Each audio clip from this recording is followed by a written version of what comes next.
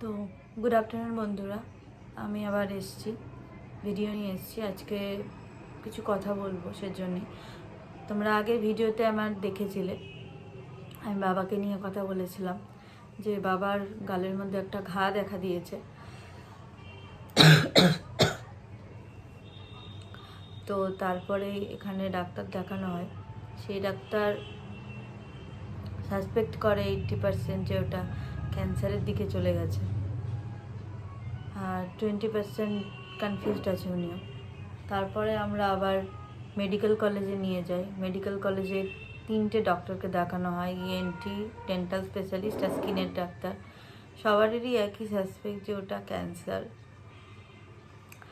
কিন্তু বলেছে ওটা অপারেশন করতে হবে ইমিডিয়েটলি। কিন্তু তার আগে আমাদেরকে বায়োপসি টেস্ট আর বাদবাকি যে টেস্টগুলো আছে সেই টেস্টগুলো করতে হবে, তাহলে বোঝা যাবে।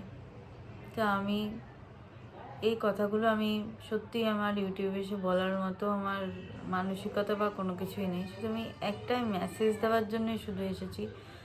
আমি বলছি কেন, কারণ আজকে আমার বাবার ঘাটা কিন্তু নর্মালি হয়নি।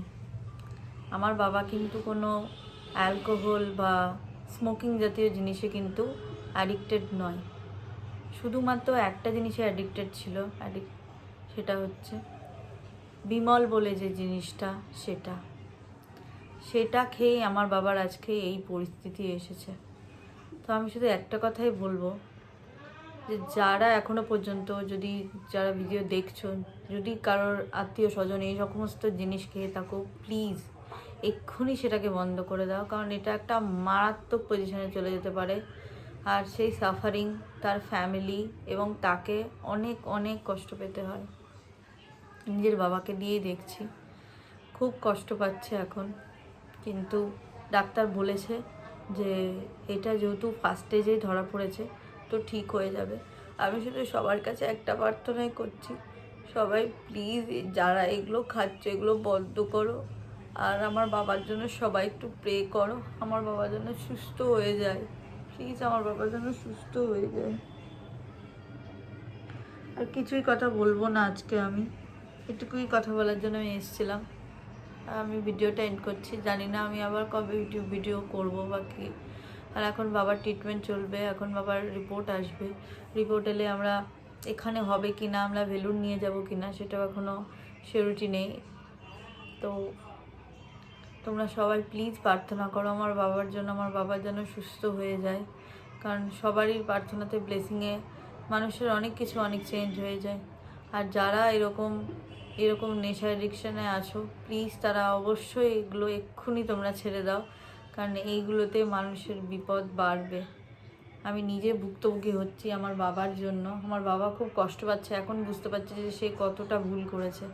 তাই যারা এগুলোতে আছো প্লিজ এগুলো ছেড়ে দাও। সোশ্যাল মিডিয়াতে ইউটিউব ভিডিও করার আমার এই একটাই কারণ ছিল, আগের ভিডিওতে আমি শেষ করতে পারিনি, এন্ডিং করতে পারিনি।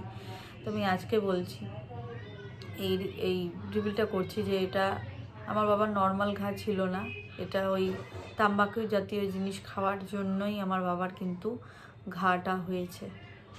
তো তোমরা সবাই প্লিজ প্রার্থনা করো আমার বাবা যেন সুস্থ হয়ে ওঠে। যদিও বলেছে ডাক্তার অতটা স্পেয়ার করেনি, ওটা অপারেশন করে মাংস নিয়ে, শরীরে থেকে মাংস নিয়ে ওখানে লাগিয়ে দিতে হবে, তাহলেই আমার বাবা ঠিক হয়ে যাবে। তো তোমরা সবাই একটু প্লিজ তার সাথেও প্রার্থনা করো আমার বাবা যেন সুস্থ হয়ে যায়। আজকের মতো এখানে ভিডিওটা আমি এন্ড করছি। আর সবাই সাপোর্ট করো আমাকে, যাতে এই সময়টা আমার খুব কঠিন না হয়, কঠিন সময়, প্রচণ্ড কঠিন সময়। একটু সাপোর্ট করো সবাই তোমরা, আমার বাবা যেন সুস্থ হয়ে যায় আর আমরা যেন সবাই শক্ত থাকি, মনের জোর নিয়ে থাকি। অনেক ভেঙে পড়েছিলাম, অনেক ভেঙে পড়েছিলাম, খবরটা পেয়ে সেন্সলেস হয়ে গেছিলাম। কিন্তু এখন ভাবছি আমাকে একটা হয় না যুদ্ধ, সেই যুদ্ধে নেমেছি বাবাকে নিয়ে। এত তাড়াতাড়ি আমি হাল ছাড়বো না, তোমরা আমার প্লিজ সবাই পাশে থেকো। টাটা।